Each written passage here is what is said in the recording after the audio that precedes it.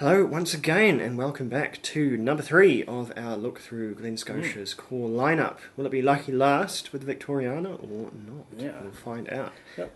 Victoriana is Glen Scotia's attempt to essentially recreate what their whisky was like in the Victorian era. I guess something broadly similar to the McKinley's Antarctic expedition whisky we tried many moons ago. So this one here, 51.5% ABV, so quite a strong, hearty Tell you what, if this was the lid review, these would be scoring poorly because the thread's not even... There we go. Wrench that one off the bottle. Never mind. This is a one Glen Scotia out of what we're trying here, which unequivocally tells us it's not filtered in any way. Thank you. And, again, details lacking on the tiny labels, obviously, but it's a very fetching label, a good nostalgic hints of old-style advertising there. The current website description for Victoriana mentions that it's finished in deeply charred oak casks. I assume that's something other than just a standard charred American oak. Well, that probably is reference to the charring level on the cask, so deeply charred, I mean something... There's a... someone from America might be able to fill us in here. I forget the exact taxonomy of it, but there are charring levels, sort of 1, 2, 3, so on, and alligator charring, I think, is the highest one you can get. Or the highest one that commonly exists anyway. That's because it looks like alligator scales or something. Funny enough, we don't get alligators down in New Zealand, so we can't really comment. But at any rate, this one I think has a more traditional maturation. It's matured in bourbon and sherry. I distantly remember having a conversation with someone who should have known a few years ago. And this one, you said it has no filtration. That's right. Right, okay, because this one, there's a difference in this one already in that there's these lovely bubbles clinging to the glass and not going anywhere, which is a really, really good sign of a whisky with a lot of oily body to it and a really, really good viscosity. So... you said the other two looked a little light in terms of how they came down the glass. Yeah, they weren't leaving much behind. You'd expect this one to be significantly heavier in that category. I haven't really been keeping up with how the other ones behaved, but in terms of those lovely rainbow sort of coloured bubbles on top, that's a really good indicator of a whisky that is not just unchill filtered, but has a huge component of lovely oily goodness that we always like to see in our drams. Yeah, hopefully, finish in those extra charred casks could well impart some nice smokiness, perhaps some extra, who knows, oils, other aromatics. Well, let's find out. This is a full strength. Oh wow, 51.5%, and it really feels that is quite fiery on my nose. That's a real prickle. Yeah, 51.5. I actually skimmed over that. I thought this was 46 like the others. So we're dealing with slightly veering towards more cask strength concentrated beast here. That might actually be cask strength, I think, for this one. It's like some very fresh lemon juice, a hint of the kind of... Have you ever accidentally smelled vinegar up very close? Is that kind of a burn in the nostrils? Ooh, harsh on that one. It doesn't smell like vinegar, sure, but it is a harsh experience inside the face. Like it though, that's fun. I described the 15 as having a very Irish moss, cough medicine-y, Dom Benedictine aroma, and this one has got it. Yeah, there's some licorice root. Hugely. Brown sugar. Like aniseed, licorice. All kinds of interesting herbs on here. This is really, really peculiar. And again, it reminds me so much of the 12-year-old Loch Lomond. I don't know what the through line is there. I mean, obviously same ownership, but it is so reminiscent of that particular note. Maybe it's something they've got a particular odd strain of cask that they're sharing between the distilleries or something. I really don't know, but really, really strange. Oh, I'm going to dive in, try that at its full strength, see what happens.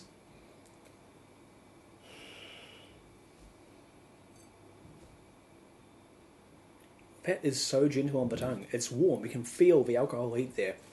But that takes a while to emerge. In the meantime, you're tasting whiskey liqueurs, Irish moss, licorice tea, ginger sweets. There's so much going on. That is a real smorgasbord of basically everything you'd expect from a sweet or spicy whiskey, just one after the other. That's a real cavalcade of nuances there. That's impressive. I'm having the same problem I had with the 15. There is too much going on at once for me to really knuckle down on the individual things, but there's almost everything in here from black jelly bean to There's a little tea, as you said. There's licorice. There's heaps of that Irish moss, cough medicine-y flavour on the palate as well. It takes a while even to get to what you consider traditional wood flavours. Yeah. There is a good sort of charry oak, but that's right on the end once everything else is kind of subsided. I think it's just these more interesting aniseedy type flavours are so loud, so dominant, that they are probably rolling over the top of any of the more subtle wood or vanilla that you might otherwise get. We may see them as we add water, particularly given this is quite strong, but as you say, really drinkable at the full 51. Yeah, which is a surprise considering how fiery it was on the nose. There's a good hint of just fresh wood smoke at the end there too, just on the finish, at the tail end, once all that cavalcade of spice is all gone. I think the spirit drops off and the wood emerges more and more as the palate lengthens out. Whew. Right, in goes the water, I think. Yeah. That has left streaks of thick, slimy oil down the glass, which is always a good thing to see. This is going to need quite a good slug of water to mellow it down. There we go. Immediately that's gone quite murky. Well, not too bad though. It's noticeable, but it's still pretty clear at this stage. But as I say, it's pretty warm in here these days. The nose has gone, now that it's softened, has gone distinctly Speyside. Yeah, way fruitier now. Full of pears and apples. Yeah, pears, apples, a bit of lemon citrus as well. Chase some of those more weird sort of aniseedy herbs and spices away. And yeah, now it's more of a fruit baskety kind of a thing. Yep. Pears, grapes, a few plums. A little bit of ginger and marzipan on the side. Yeah, that's utterly transformed it in some ways. Yeah, very fresh, very gingery. I think I put quite a lot of water in. I think somewhere between there and full strength, the more esoteric flavours of the Don Benedictine and the marzipan and the aniseed, particularly black jelly bean, have retreated. Yeah, there's no whiskey liqueur flavour to that anymore. But even what remains, though it's very, very different, is a pretty tremendous whiskey. It's now just much sort of fresher. It's refreshing almost, sort of mouth-watering, good sharp flavours of the of that crisp white fruit, green apples and pears. And there's something in there I've been trying to pin down. I finally worked out what it is. With the addition of water, there's a taste here which you can describe only as... Oh, it tastes like the smell of a fresh unlit cigar. Have you ever smelled a cigar out of a packet that's not been lit yet? Has it distinct, slightly sweet, rather herbaceous, dry, livery aroma, sort of and it tastes like that smell. It's sort of like a warm, slightly musty, but sort of subtly fragrant on its own. Yeah. Pretty still sweet on the nose. Quite a sweet whiskey in both counts. It's just trying to veer towards that tinned fruit funk, which I really don't like in Speyside whiskies. It's trying to get there, but it's not actually reaching that point. So it's good. It's staying on the, I guess perhaps in part to be Campbellton whiskey, it's staying on the sweeter side of that divide, and I like that. That's really pretty interesting. Whereas the double, almost said double wood again, the double cask had that lack of a middle to its palate and suffered for it. This one has anything but. For another no-age statement whiskey, whereas the double cask tasted immature to me, this one is bursting with maturity. This one tastes perfectly old enough.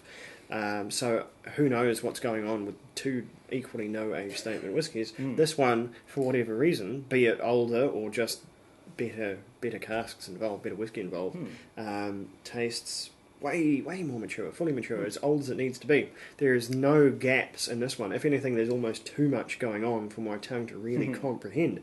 There is no vacant spaces in this one. If anything, there is more flavours here than in the 15, which stands to reason given that there's more casks involved here than the 15. It was always going to be the most narrow in terms of flavour, being solely matured in the bourbon. But yeah, this one, dearie me, this one, really nice. And I think significantly cheaper than the 15 as well. It may have changed. I think it's been a couple of years since I bought a bottle of this. I have in the past, but shamefully that went to a whiskey tasting on a camp and did not return, so it never made it onto never made it to filming. I think that was just before we'd started doing this as well, so I just sort of missed the cut. But it's good to see it again, and I didn't pay a lot of money for that one. That was I remember it being pretty reasonable for a pretty good, pretty damn near cask strength bottle of whiskey as well. So, assuming that hasn't changed, this one gets the affordable award as well.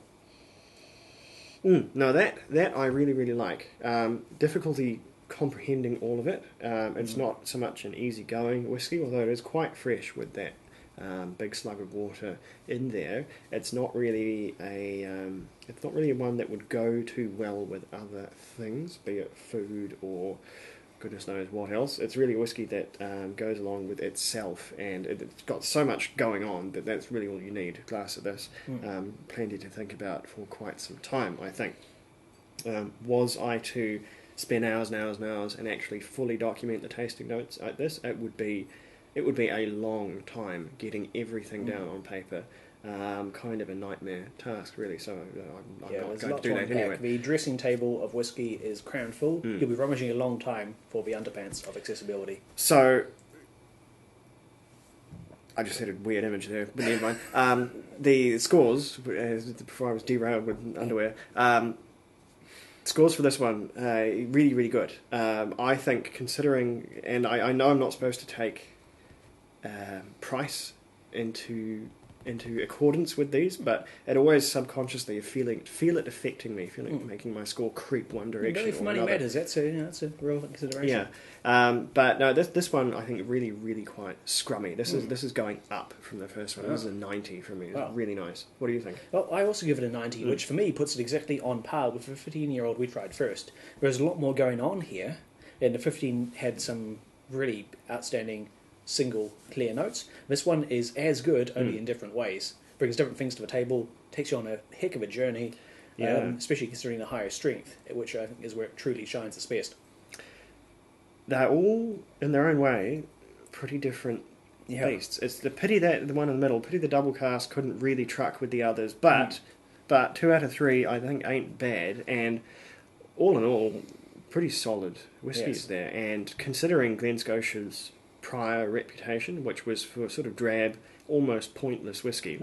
It was not just the other Campbellton whiskey, it was the sort of one you went on your way to reaching for a Springbank, sort of in almost all accounts. There was just this tired old range that was almost immobile, never went anywhere. I think it does go into a blend, but I cannot off the top of my head remember what that was, and I think that's kind of all it did. But ever since Loch Lomond took it over and they started sort of stirring things up there, it has gotten a hell of a lot better, as we can see today. So at any rate, that was a Tale of Glen Scotia. I don't think I even said that. Did I say Glen Scotia or something? Never mind. That Tale of Glen Scotia in 3 parts, and I hope someone found that informative. I certainly did. I'm going to have to seek out that 15 and see just how much more it is than the others, because I think that one I quite enjoyed as well. But I've got every reason to stock up on some more Victoriana, because I know that's still pretty cheap. And I have to see if somehow I can track down some of the older Glen Scotia, especially about 25. That could be a challenge. Could be a difficult proposition finding those, and they might be fearsomely priced as well once we get there. But they'll be on our radar, so we'll have a wee look. But at any rate, that was us sort of groaning back into life for 2018. I hope everyone that watches us has done approximately the same thing and is still with us. And here's to another year of interesting malts. Slanger, do keep safe, and we'll get straight back to work with something else.